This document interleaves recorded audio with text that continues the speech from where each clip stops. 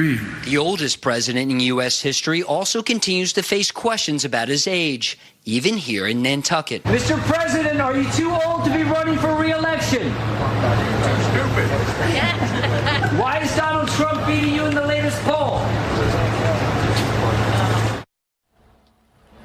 President Biden faces the lowest approval rating of his presidency. We hope to hear from President Biden before he takes off to go back to Washington. Shannon? All right, Lucas on the road with the president in Nantucket. That's Fox reporter Lucas Tomlinson bringing us the very important news that even in Nantucket, Joe Biden is being asked about his age, showing the extent to which no matter where the president goes, he can't seem to escape this issue plaguing him. Only, small problem, the person who asked Joe Biden about his age that was the basis for this entire report was this very reporter, Lucas Tomlinson. In other words, Lucas wants to talk about how Biden can't escape the age question, so he asks Biden about his age and then does a news report about how Biden is constantly being asked about his age. If you were looking for a self-fulfilling prophecy, this is it. Tomlinson even went a step further while trafficking in journalistic malpractice, then tweeting, while shopping in Nantucket, President Biden was asked by a reporter if he is too old to run for re-election. That's stupid, he replied. And again, there is nothing that drives home the bad faith reporting quite as much as Tomlinson referring to a reporter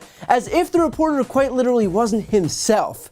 If only these people were capable of shame. And that little detail didn't escape the White House either. Biden spokesman Andrew Bates tweeted, at Lucas Fox News, are you able to speculate on whose voice that is shouting? It sounds familiar to me, but I'm having difficulty placing it. White House Deputy Press Secretary Olivia Dalton tweeted, LOL, that reporter was you. And of course, this is all in service of perpetuating the narrative that Biden is too old to be president again. And because Fox is so hell-bent on making sure that this is the narrative, they are quite literally making it the narrative by injecting it into the public discourse and then reporting on the news that they just made. This should go without saying, but Fox is not a real news outlet. It is a propaganda arm of the Republican Party. A real news outlet doesn't create the news they want to report on. They just report on what is organically happening. But because Fox's sole priority is helping Republicans win by any means necessary, this is what we're left with. Granted, you would think that after having to shell out a record $787 billion from the last time Fox paraded itself around as a band of shills for the GOP, that they'd have maybe learned their lesson. Just months ago, Fox paid the biggest defamation settlement in U.S. history for their baseless reporting about Dominion voting systems in the 2020 election. And yet, apparently, lying is so thoroughly ingrained in their business model that even the abject humiliation of paying that massive settlement still isn't enough to get them to maybe, just maybe, start acting like a real news network. And so look, Republicans and their mouthpieces at Fox will of course perpetuate this narrative because this is all they have. They need to convince their viewers that Joe Biden doesn't remember his own name, because if they were to report on the reality, it would paint a far different picture. And the reality is that in less than 3 years as president, Biden's presided over the most consequential term in U.S. history. The American Rescue Plan, the Inflation Reduction Act, record climate investments, slashing healthcare costs, getting the price of insulin down, the PACT Act for veteran health care, the CHIPS Act and bringing the clean energy revolution to the U.S., the infrastructure law, the gun safety law, reauthorizing the Violence Against Women Act, codifying marriage equality into federal law, adding 14 million jobs and 800,000 manufacturing jobs. The list goes on, but the point is that of course Fox needs to pretend that Biden is too old to do the job because they can't face the reality that he is quite literally doing it. And I'd argue doing it more effectively than any other president in modern American history. Contrast that with Fox's guy, Donald Trump, who is currently on a nationwide tour proving to the country that he is too stupid to know who the current president is, which president launched us into war in the Middle East, and that World War II already happened. So much more, but the head of Hungary, a very tough, strong guy, Viktor Orban. Did anybody ever hear of him? Probably, considered very powerful within his country and outside of his country. Not exactly loved by some of the European nations because he does his thing. He didn't allow millions of people to invade his country. He allowed nobody to invade. Zero. He had nobody.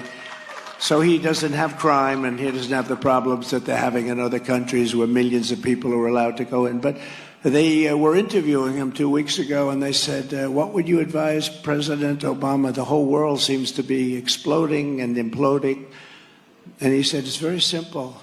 He should immediately resign, and they should replace him with President Trump. As you know, crooked Joe Biden and the radical left thugs who have weaponized law enforcement to arrest their leading political opponent, and leading by a lot, including Obama. I'll tell you what, you take a look at Obama and take a look at some of the things that he's done. This is the same thing. The country was very divided. And we did with Obama. We won an election that everyone said couldn't be won. Brian, it's all coming through Iran, and Obama he doesn't want to talk about it. He doesn't even mention them in his statements. It's all coming through Iran. But you mean President Biden. So, but right now... I also mean Obama. What do you mean? I mean Obama and Biden, but Obama is Biden's boss. You know, I was very honored as a man. Viktor Orban. Did anyone ever hear of him? He's probably like one of the strongest leaders anywhere in the world. And he's the leader of, right? He's the leader of Turkey. Fronts on both Russia.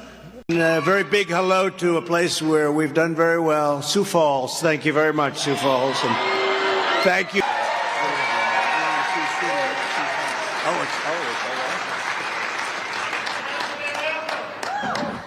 So, Sioux City, let me ask you, I'm for us. You know how you spell us, right?